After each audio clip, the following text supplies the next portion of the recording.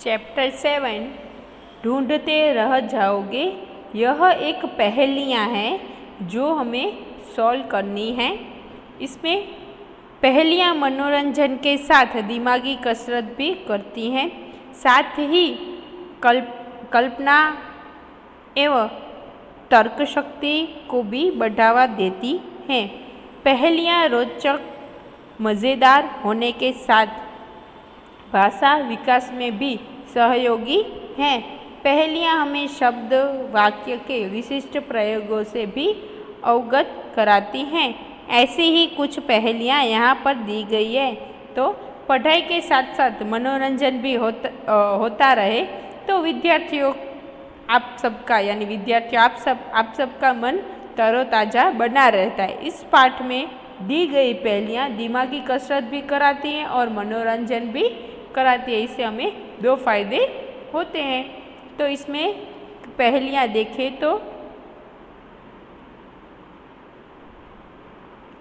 पहली पहेली, सोने की वह चीज़ है पर बेचे नहीं सुनार, मोल तो ज़्यादा है नहीं बहुत है उसका भार। यानी कि वह सोने की वस्तु है परंतु उसे सुनार नहीं बेचता, उसकी कीमत तो अधिक नहीं है पर उसका वजन अधिक है। यानी कि इसमें क्या कहा गया है कि वो चीज़ है ना वो सोने की है।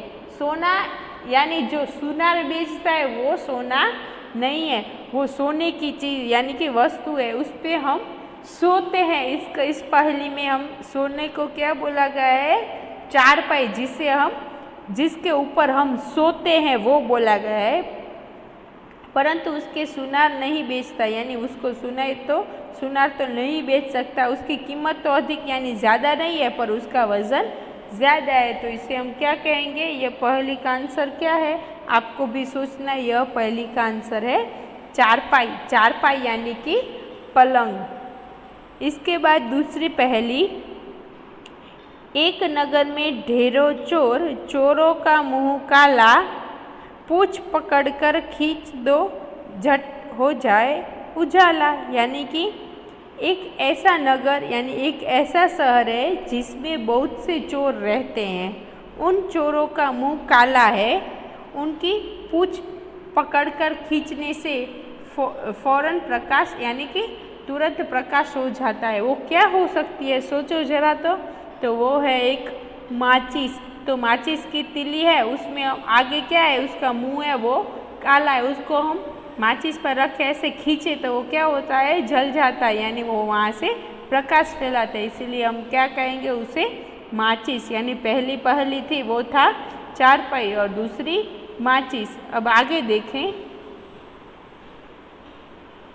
पानी मेरा बाप, पानी ही मेरा बेटा, मुँह ऊपर करके देखो मैं सबके ऊपर लेटा। वो क्या है? यानी कि पानी मेरा बाप है और पानी ही मेरा बेटा भी है, वो मैं पानी के साथ ही हूँ।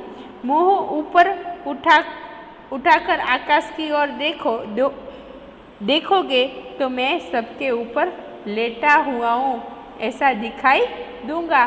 तो वो हम ऊपर देखो, आप अपना मुँह ऊपर करेंगे तो आपको क्या दिखाई देगा? आकाश। तो आकाश में क्या है? तो वो क्या हो सकता है ये सोचने का? तो वो क्या हो सकता है? तो के बादल हो सकता है, क्योंकि बादल ही वो किससे बना हुआ है? पानी से ही बना हुआ है। तो इसका आंसर, तीसरी पहेली का आंसर क्या होगा? बादल। चौथी पहेली, खुली रात में मैं पैदा होती, हरी घास पर सोती हूँ, मोती जैसी मूरत मेरी, बादल की मैं पोती हूँ। यानी कि रात में जब आकाश साफ होता है, यानी आकाश में बादल नहीं होते, तब मेरा जन्म होता है। मैं हरी घास पर सोती हूँ, मेरी शक्ल मोती जैसी है, मैं बादल की पोती हूँ। यानी कि बादल में तो पानी होता है, तो पानी जैसा ही कुछ होगा कि बादल की पोती ऐसा बोला है तो वो पानी जैसा ही कुछ होगा।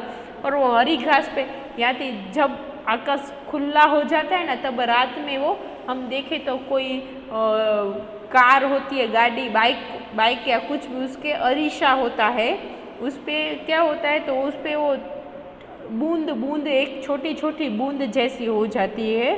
तो उससे हम क्या कह सकते हैं? वो रात में ही होता है, ऐसा हम देखते हैं तो उसे हम ओश कहते हैं। ओश यानी हम क्या गुजराती में कह सकते हैं झाकड़। तो ये क्या है, इस पहेली का आंसर ओश। ओश हिंदी में कहा जाता है और गुजराती में झाकड़।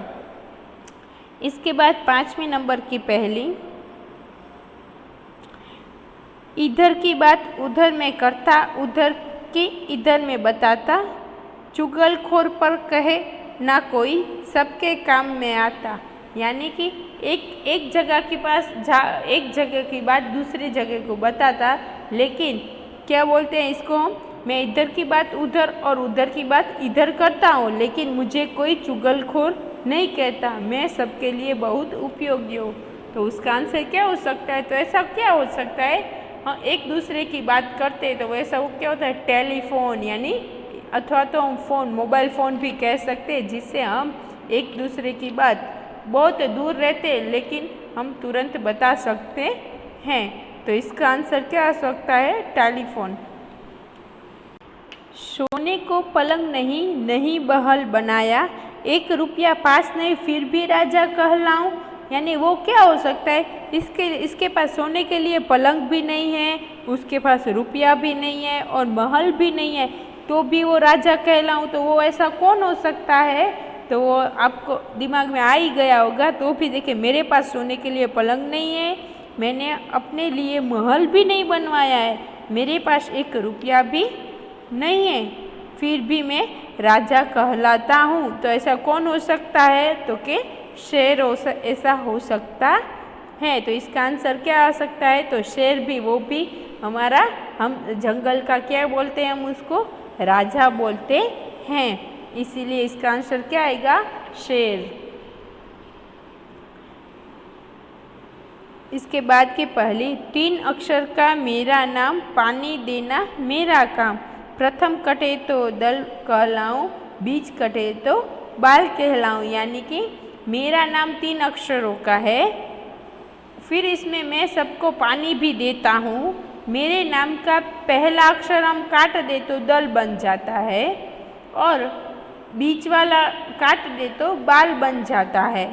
तो क्या ऐसा मैं कौन हो सकता हूँ? तो इसका नाम क्या हो सकता है? सोचो तो, ऐसा 3 अक्षर का नाम हो तो वो हो सकता है बादल। यानी कि बादल यानी वादल, हम गुजराती में कहे तो जो बादल है उसमें से पहला अक्षर काट दो तो दल बन जाएगा, दल, फिर बीच वाला काट दो तो बाल, तो उसमें क्या हो सकता है, बादल। तो ऐसी मज़ेदार पहेलियाँ हैं जो आपको और भी कुछ जाननी है और नई नई पहेलियाँ सोचनी है कि ये क्या हो सकता है। शब्दार्थ है उसके, चीज़ यानी वस्तु, मोल यानी कीमत, मूल्य, ढेरों यानी बहुत अधिक, उजाला यानी प्रकाश, मूर्त यानी मूर्ति, तस्वीर, बादल यानी मेघ, पोती यानी बेटे की लड़की, चुगलखोर यानी पीठ पीछे बुराई करने वाला।